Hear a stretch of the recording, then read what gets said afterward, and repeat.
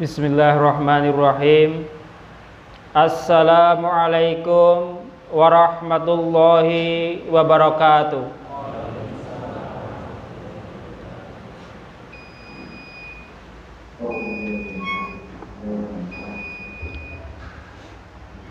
Allahu Akbar.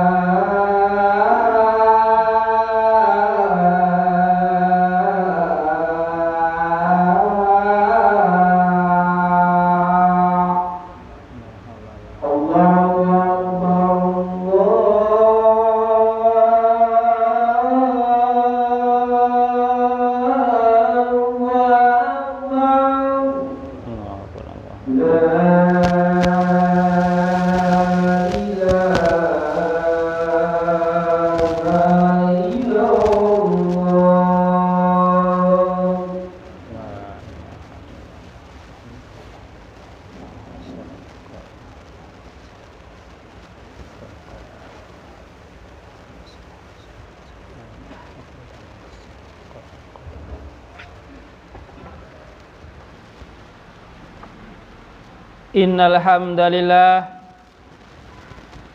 nahmaduhu wa nasta'inuhu wa nastaghfiruh wa na'udzu billahi min syururi anfusina wa min sayyiati a'malina. Man yahdillahu fala mudhillalah wa man yudlil fala hadiyalah.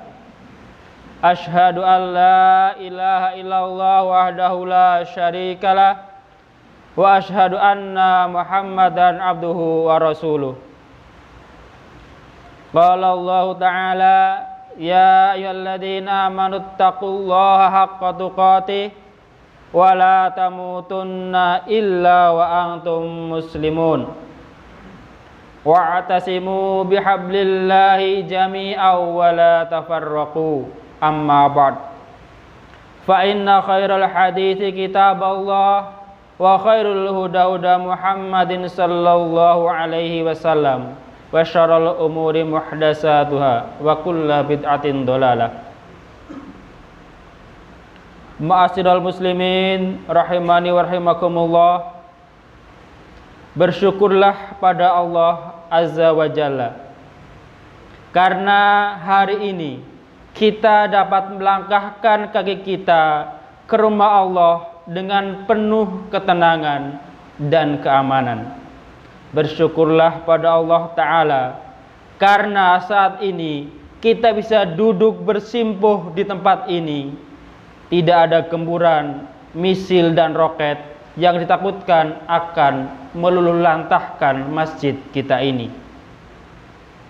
Bersyukurlah pada Allah Ta'ala karena saat ini kita mampu khusyuk dalam penghambaan kepada Allah Ta'ala, menunaikan sholat, membaca Al-Quran tanpa berharap-harap cemas, menanti berita tentang anak istri kita yang sedang di rumah. Tewaskah mereka akibat tertimbun rumah yang hancur berkeping-keping oleh serangan ludal yang tidak terduga. Bersyukurlah pada Allah Tabaraka wa Ta'ala karena saat nanti kita pulang, insya Allah masih ada tempat bernaung yang aman, masih ada canda tawa dari buah hati kita, serta masih ada sambutan hangat dari istri tercinta. Jamaah Jumat yang kami muliakan,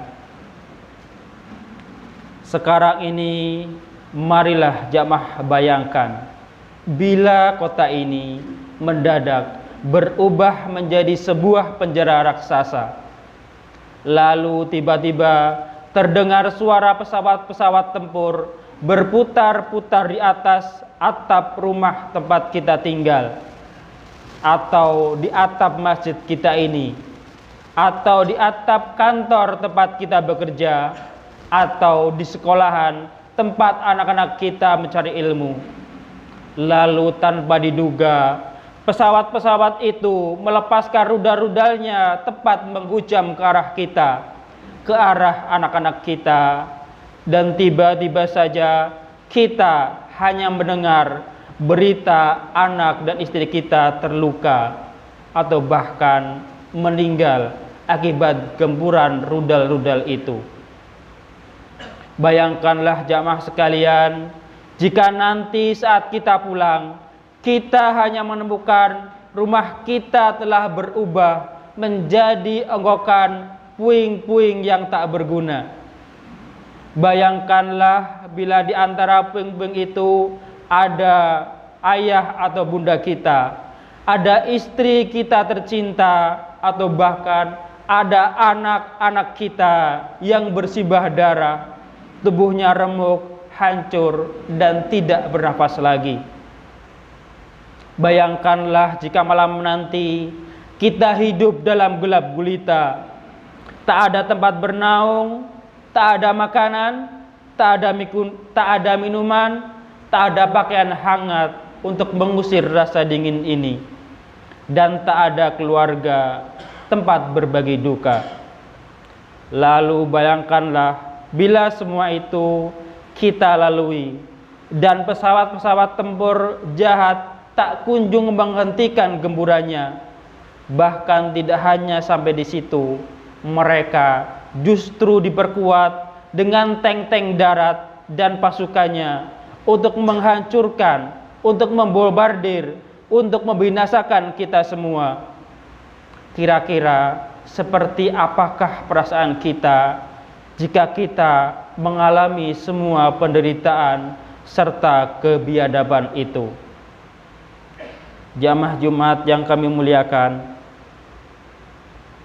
kita semua pasti telah paham bahwa itulah situasi dan kondisi yang sedang dialami oleh saudara-saudara kita di bumi Palestina, di tanah Masjidil Aqsa. Alangkah baiknya tatkala kita menyaksikan berbagai kejadian tersebut, selain mengambil langkah nyata yang sesuai dengan tuntunan agama, kita juga berusaha melakukan berbagai renungan dan mengambil pelajaran dari kejadian-kejadian itu.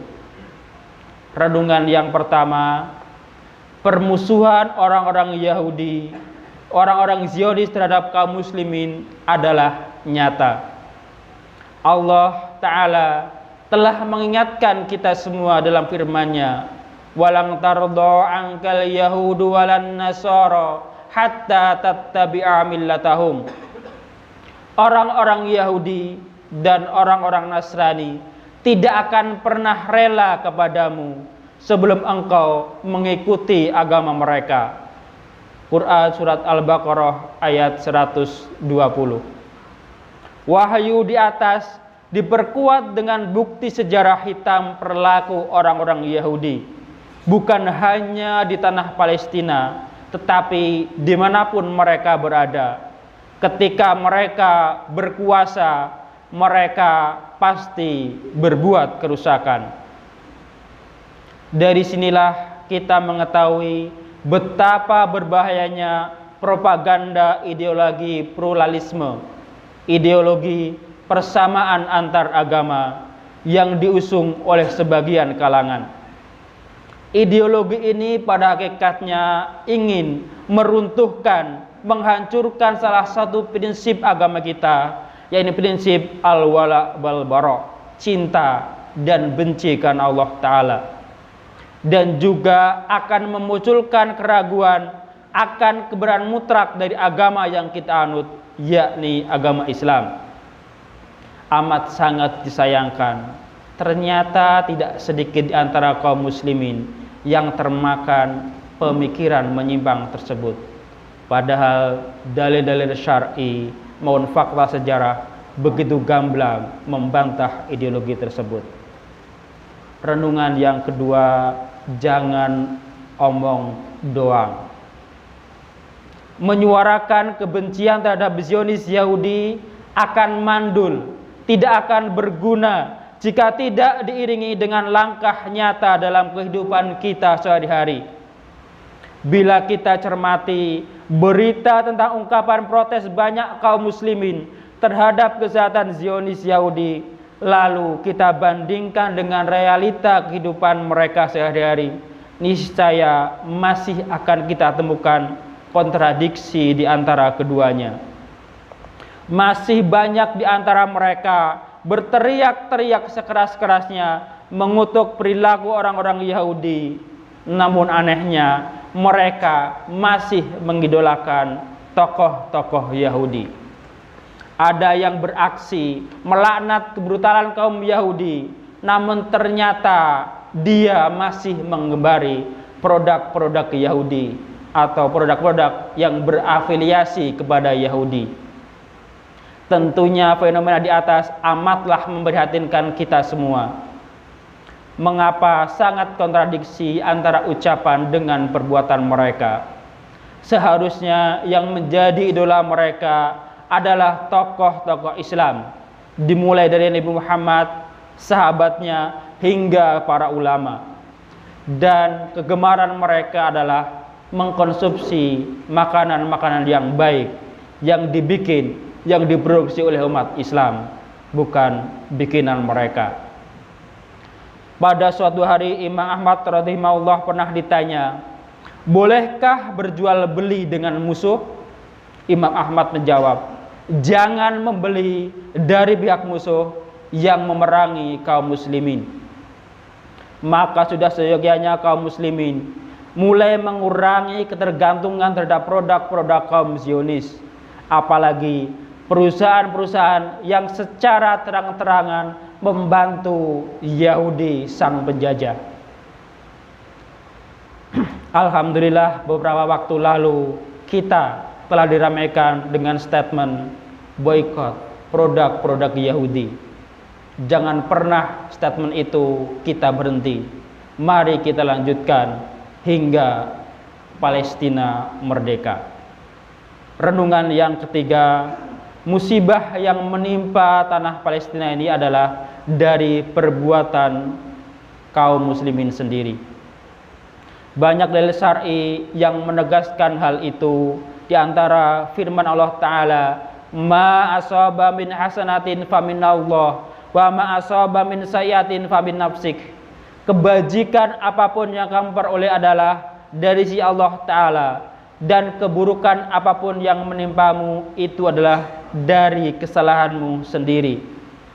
Sehingga manakala musibah datang silih berganti dan tidak henti-hentinya menimpa kaum muslimin, sikap yang tepat adalah dengan berintrospeksi dan mawas diri. Dosa apa yang telah kita berbuat, kewajiban apa yang telah kita lalaikan, lalu berusaha untuk memperbaiki kekurangan-kekurangan tersebut, sehingga lambat laun kondisi kaum muslimin akan semakin baik dan pertolongan dari Allah akan segera datang. Renungan yang selanjutnya, solusi terbaik untuk mengakhiri segala bentuk musibah dan penderitaan itu adalah dengan kembali kepada agama Allah Ta'ala. Fenomena keterpurukan umat Islam dan dijadikannya mereka sebagai bulan-bulanan musuh sebenarnya telah dikabarkan oleh Rasulullah SAW sejak 14 abad yang lalu. Rasulullah bersabda, akan datang suatu masa di mana musuh-musuh akan bersatu padu dan berlomba-lomba untuk memerangi kalian. Mirip seperti berebutnya orang yang sedang kelaparan untuk mencantap makanan yang ada di atas nampan. Salah seorang sahabat bertanya, apakah karena saat itu jumlah kami sedikit? Rasulullah menjawab, justru saat itu kalian banyak, tetapi kalian hanyalah bagaikan buih di tengah lautan. Hadis riwayat Abu Dawud. Namun Rasulullah SAW juga tidak lupa untuk memberikan solusi guna mengakhiri segala bentuk keterpurukan tersebut. Beliau menjelaskan, sallallahu alaikum dzullan la yangzi'u hatta tarji'u ila dinikum. Allah akan menimpakan kehinaan atas kalian hingga kalian kembali kepada agama Allah. Ya, itulah solusi dari segala bentuk keterpurukan tadi, yakni dengan kembali kepada ajaran Islam yang benar, dengan menegakkan tauhid yang murni, serta membersihkan segala bentuk kesyirikan, lalu konsisten menerapkan tuntunan Nabi SAW dalam kehidupan berjamaah, dalam kehidupan bersatu, dalam satu pimpinan, yakni Imamul Muslimin. Aqulu qouli hada wastaghfirullaha li walakum walijamil muslimina wal muslimat wastaghfiruhu innahu huwal ghafurur rahim.